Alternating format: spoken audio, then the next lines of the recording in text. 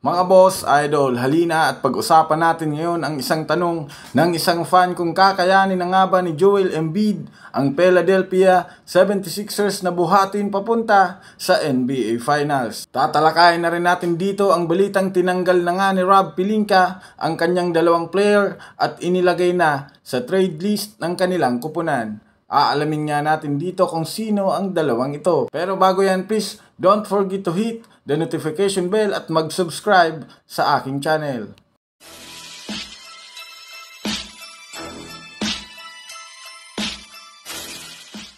Mga boss, idol, unahin muna natin ngayon ang katanungan kung kaya na nga bang buhati ni Joel Embiid ang Philadelphia 76ers patungo sa NBA Finals.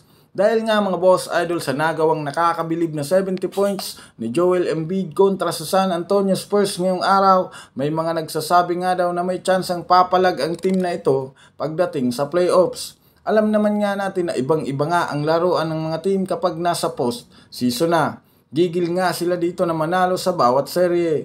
Dagdag pa nga dyan mga boss idol dahil nga sa nagawang history at bagong record ni Joel Embiid ngayong araw, nalampasan na nga nito ang record ni Wilt Chamberlain at Allen Iverson.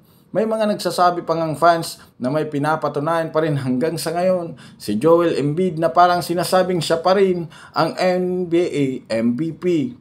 Pero kahit man maganda ang posisyon ngayon ng kanilang team, ang tanong, sapat na nga ba ang kanilang lineup upang pumasok sa finals? Siyempre ang sagot nga dyan ay depende kung papasok nga sila sa playoffs na consistent pa rin ang itinatala ni Embiid. Malamang sa malamang may tsansang pumasok sa tulong ni Tyrese Maxey.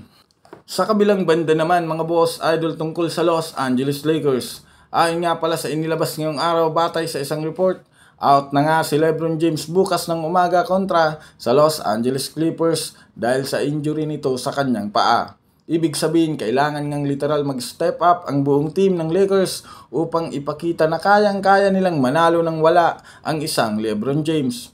Ito na rin naman ang pagkakataon ni D'Angelo Russell at Rui Hachimura na ipakita kay Rob Pelinka na kaya nilang makipagsabayan sa ilang malalakas na kalaban.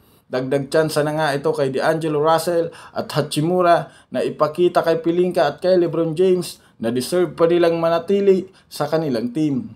Lingid nga sa kaalaman ng nakararami kung inyo ngang mapapansin, ang dalawang ito nga, sina Rui Hachimura at D'Angelo Russell, ang matunog na pangalan ngayong ma-trade ng Lakers bago ang trade deadline.